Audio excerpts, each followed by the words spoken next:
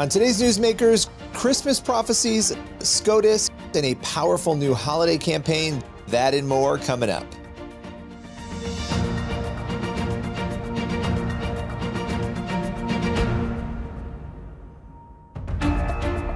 Welcome to Newsmakers, a show where we go behind the headlines each and every week to bring you interviews with pastors, entertainers, politicians, and other notable news figures.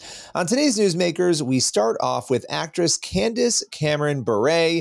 She's out with 2 new Christmas movies and a whole bunch more. She's going to join us to talk about her powerful career and some really interesting words about Christmas, the Nativity, and the power of prophecy. Let's welcome Candace to Newsmakers. Well, Candace, you have a lot going on, as always, at Great American Family. Let's start with this Christmas festival. You were just out in New York last week for the festival. It's going on. I mean, it's amazing. Tell us about this event. Yeah, it's been so exciting because we've been dreaming this festival up for several years, and it finally it's here, it's happened. And so we partnered with UBS Arena out in Long Island. And it's an outdoor experience for your family. There's the park at UBS, and we basically decorated it all for Christmas. And there's like little snow globe igloos and fire pits, and you can roast marshmallows, and you can meet Santa Claus and take pictures.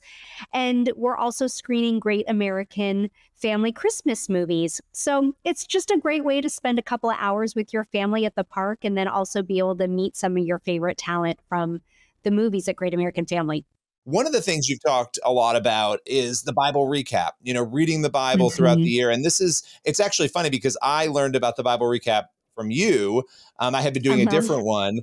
And so, I started doing it and I was like, okay, I want to try this out. For you, doing the Bible recap, what did it do in your heart? How did it change your perspective maybe, or illuminate things when it comes specifically to Jesus and his fulfillment of those things?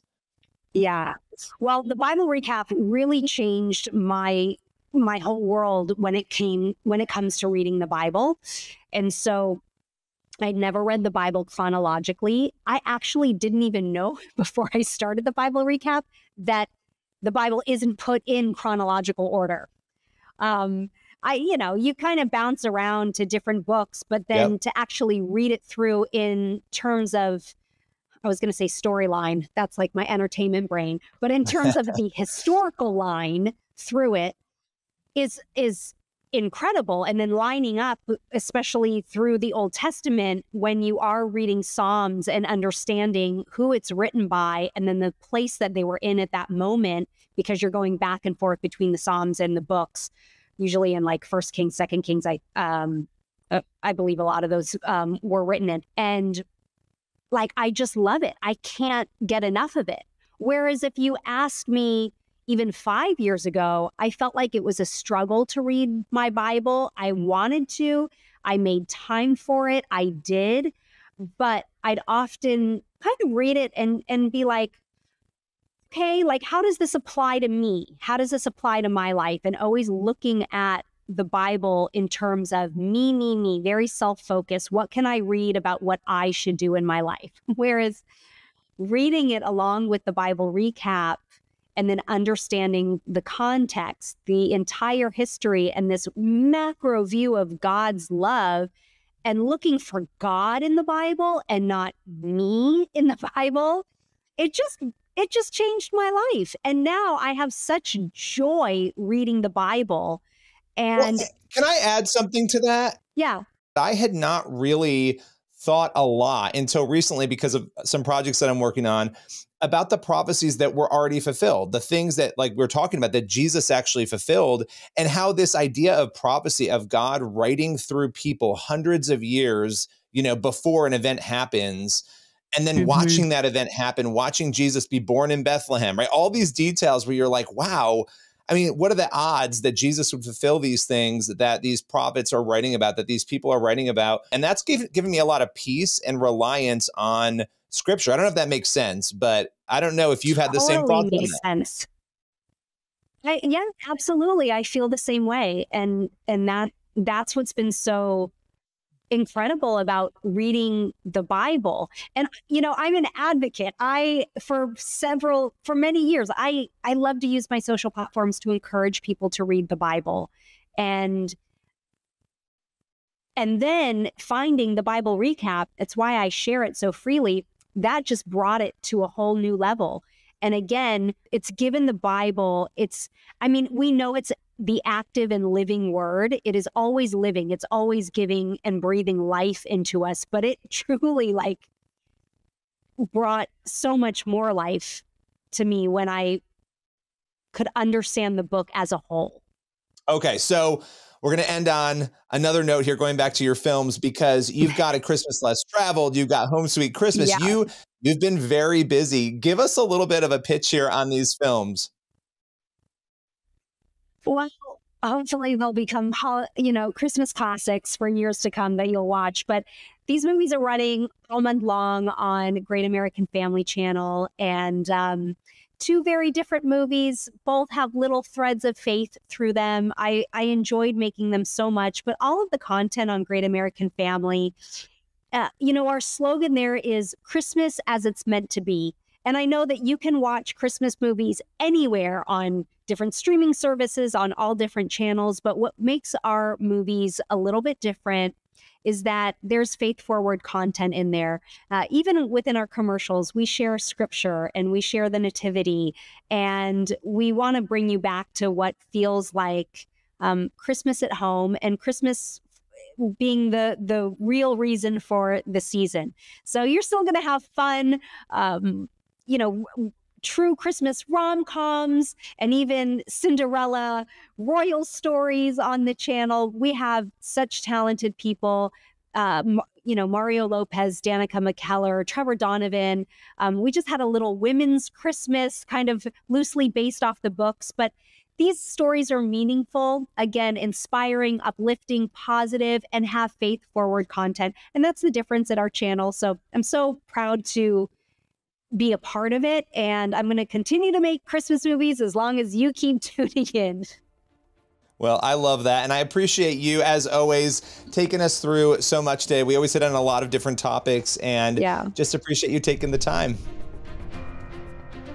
For more information on Great American Family's films, head on over to greatamericanfamily.com. Also, be sure to subscribe and listen to our new Christmas podcast. It's called Jesus and the Prophecies of Christmas. It airs Saturdays on CBN's Quick Start podcast, and you can also subscribe to the show wherever podcasts are heard. We'll be back in just a moment with more Newsmakers.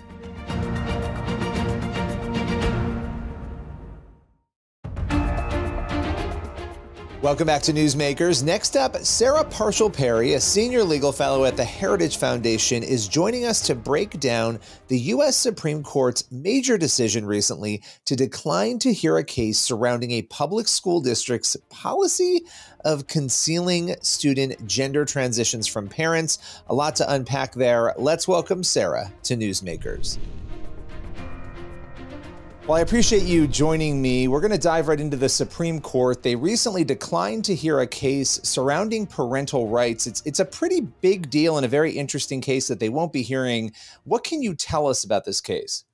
Yeah, this is a case coming out of Wisconsin against the Eau Claire County School District in Wisconsin and the Seventh Circuit. And the Supreme Court decided that they were not going to take up what was a challenge to the constitutionality of a school policy keeping gender identity information of minor children, keeping that information confidential from their parents. Now, this is a shocking policy, but it is one of about 1,200 policies across the country. In fact, about 12 million American school students and public schools across the country are subject to policies in which they are attending schools where, if they identified as transgender or gender dysphoric or were using different names or pronouns, their parents could not find out that information on the child's say-so. All the child would have to do is say, keep that information confidential from my parents, and that's exactly what would happen. Now, again, 12 million school students and about 1,200 school districts across the country have these particular challenges. But an interesting thing to note about this particular case coming out of Wisconsin is that the individual group of parents, a coalition of parents, did not have any children who identified as being transgender or with gender dysphoria. Now, why is that significant? Well, it's significant because the parents challenged the policy on a facial basis. This was not what's called an as-applied constitutional challenge. Rather, it is facially unconstitutional. I think that's precisely the correct approach. I think they have standing or the ability to suffer a concrete injury sufficient so that a court can rectify that injury. But this is, interestingly, the second dismissal of a case like this with a request for review from the Supreme Court in just this term alone. It's remarkable. And the fact that this is the second time this has happened, I have so many follow-up questions here, but one of them, being somebody, I am not a lawyer, I'm not an attorney, I'm not a legal mind, right? That's not what I do. But you look at this and you say, okay, well, the parents don't have standing in the eyes of the court system so far because nothing bad has happened to them yet, essentially, right? They haven't been harmed because they haven't had a child who's gone through this. That seems so bizarre to me that you have to have gone through something or have had a kid who this has happened to, and your rights have to very literally be threatened. The threat of your rights being threatened isn't good enough. How common is that in the law? Because I think some people have heard that and they've been a little shocked by it.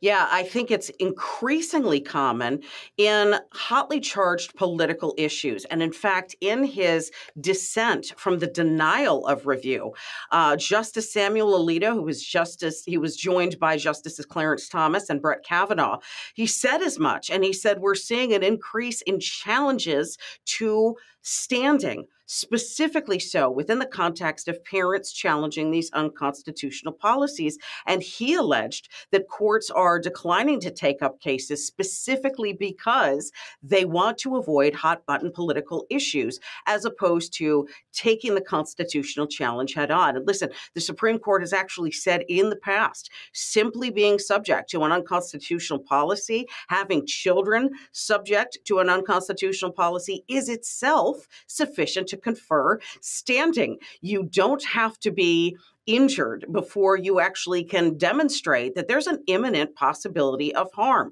The harm's already occurred because the parental right has been breached by the school district in Eau Claire, Wisconsin.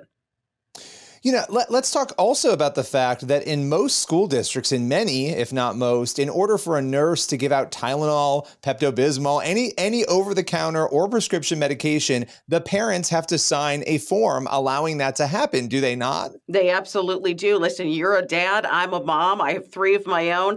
My daughter had to get a waiver signed when I went with her to get her ears pierced when she was a teenager. My son's school nurse calls me to administer so much as Tylenol for a headache. We do not let these minor children sign contracts, register for the draft, buy alcohol, buy cigarettes, a multitude of restrictions. And yet suddenly within the context of gender identity, all the courts have taken a hands-off approach and have presumed that a child is aware of the lifelong consequences of a desire to ostensibly transition. What is particularly pernicious about these school confidentiality policies is that they result in what's known as social transitioning. Here, Johnny, we'll let you live as Jane. We'll let you use the girls' bathroom. We'll let you play on the girls' hockey team. We will let you use preferred pronouns, and the teachers will abide by that.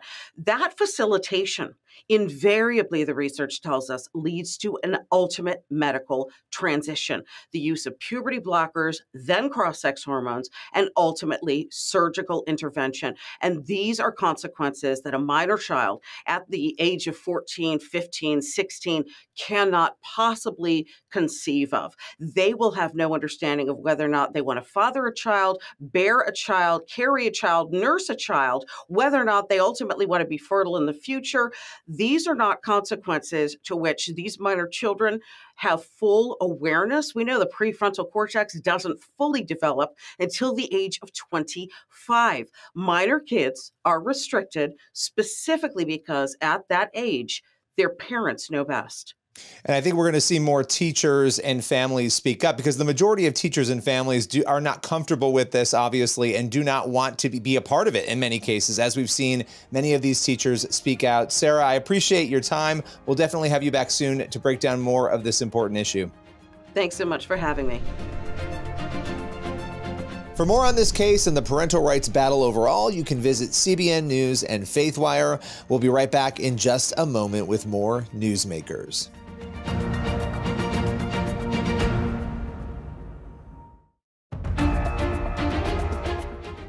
Welcome back to Newsmakers on the CBN News Channel. For our final segment, we are sitting down with Jonathan Bernis. He is the president of Jewish Voice Ministries International, and he's here today to talk about rising anti-Semitism, which he's very alarmed over, as well as his new campaign, Love Your Jewish Neighbor. Let's welcome him here to Newsmakers. You have a powerful new campaign, Love Your Jewish Neighbor. What can you tell us about this? Well, we've been very, very alarmed. I personally have been very alarmed with the growth of anti-Semitism. Before October 7th, anti-Semitism, according to the Anti-Defamation League, was at the highest level since World War II. But since October 7th, anti-Semitism has grown another 300%. So we're at the highest level of anti-Semitism since Kristallnacht, which was an event in 1933 where Germans destroyed Jewish workplaces, burned synagogues, and I'm afraid we're back in that place again, and very, very concerned. What is driving, and I want to get into the campaign, but what is driving this alarming rise? Even before October 7th, as you were saying, we had seen numerous times where there was a rise in anti-Semitism. What do you think is driving this real growth in it that we've seen even since October 7th? Well, I'll give you two reasons. The first is that there's so much Palestinian propaganda, Hamas propaganda, Hezbollah propaganda, really generated out of Iran that perpetrates, that promulgates Israel as the perpetrator of evil against the Palestinians, trying to commit genocide against the Palestinian people. Israel is the aggressor, and they've done a fantastic job of spreading that propaganda around the world on college campuses, including throughout the United States. And it's actually permeated the culture now. So you have younger people that are standing up not only for the Palestinians, but for terrorist organizations like Hamas and Hezbollah. That's the first thing. The second for us Christians is we know the scriptures tell us that we wrestle not against flesh and blood, but principalities and powers, spiritual wickedness in high places. And so this is a spiritual issue. And we're fighting against a satanic effort to destroy the Jewish people, which we've seen for over 3,500 years. Well, and I appreciate you breaking that down, because I think it often gets lost in this conversation. We don't always talk about that part of it, and that is the most essential piece of understanding what is going on before us right now. When it comes to Love Your Jewish Neighbor, this campaign, what are you hoping to see churches, individual Christians do as a result of it? Yeah, great question. I woke up this morning and I wrote down three names on a little card here. These three names: Dietrich Bonhoeffer, Corrie ten Boom, Oskar Schindler. Who were they? These were three people that stood up for the Jewish people during the Holocaust. And two of them lost their lives because of this. Or actually, one lost their life. Two continued on and proclaimed the need to stand with the Jewish people. We call these righteous Gentiles. We need righteous Gentiles. We need Christians that will stand up for the Jewish people, that will speak out against anti-Semitism, that will truly love their Jewish neighbor, not just in word, but in deed. Maybe they'll need to house Jewish people in the days ahead. I hope it doesn't get that bad, but it may very well. But Jesus said that we need to love our brethren, his brethren. And I believe his brethren are the Jewish people. Jesus was Jewish, and he cares about his Jewish brethren. And we need to care as Christians about his Jewish brethren now more than ever. And I want to ask you, are you willing to stand up for the Jewish people even unto death? I'll tell you who was willing to: Dietrich Bonhoeffer, who passed away; Corrie ten Boom, who lived her life talking about loving the Jewish people; and Oskar Schindler, who's probably the most famous, that saved so many Jewish people during the Holocaust. We need righteous Gentiles. Yeah, and you think about Corrie ten Boom in particular, what she went through in concentration camps, being treated very much the same way the Jewish people were being treated as a result of her willingness to step out. And no, she knew what the cost was, right? Her family knew what the cost was, and yet they did that. Yes, and she lost almost her entire family in the concentration camps. I said that two out of three died, 2 lived, but many lost their family members. And of course, Dietrich Bonhoeffer was killed in the concentration camps along with the Jewish people because he stood up and stood out for the Jewish people. And we need Christians who are willing to take that stand today, now more than ever, like the Holocaust. So where do you want to send people? Where can they go to get more information? Because I know a lot of people, they'll hear this, they'll say, I love my Jewish neighbor. What can I do? Where can I go to get information? Where would you send them for that? We set up a simple website, loveyourjewishneighbor.com. It's that simple. It has information on there, how to stand with the Jewish people, how to pray. It's just an informational website, and there's a commercial on there that I think you can download and send to friends, post it. It's just a very simple holiday ad that shows Jews and Christians loving each other and breaking bread together. And that's what we're asking people to do. Watch the ad and mimic the ad with your Jewish neighbors. Love them. Reach out to them. I so appreciate you breaking this all down. Again, the campaign is Love Your Jewish Neighbor. I appreciate you joining us today. It's a pleasure. Thank you for having me, Billy. You can head on over to loveyourjewishneighbor.org for more information. We'll be right back in just a moment with more Newsmakers.